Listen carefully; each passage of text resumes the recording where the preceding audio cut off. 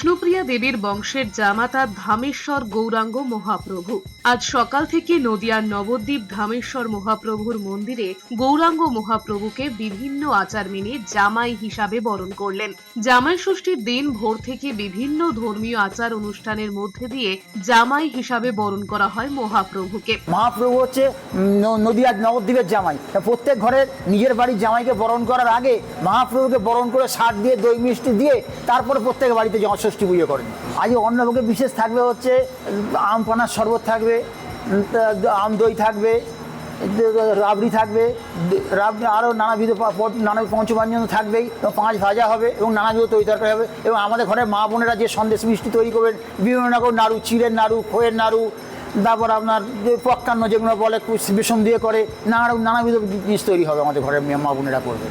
এদিন নতুন ধুতি পাঞ্জাবিতে সাজানো হয় তাকে, পরানো হয় রজনীগন্ধা গোলাপের মালা, গায়ে দেওয়া হয় সুগন্ধি। মহাপ্রভুকে নিয়ে এই মহা সমারোহের আয়োজন দেখতে প্রচুর দর্শনার্থীরা ভিড় করেন মহাপ্রভু মন্দিরে।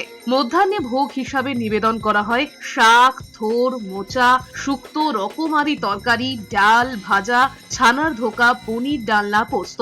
এছাড়াও বিশেষ ভোগ হিসাবে এদিন আমের রস ক্ষীরের সঙ্গে মিশিয়ে প্রস্তুত করা হয় জামাই ষষ্ঠী স্পেশাল আম ও নবদ্বীপের দই।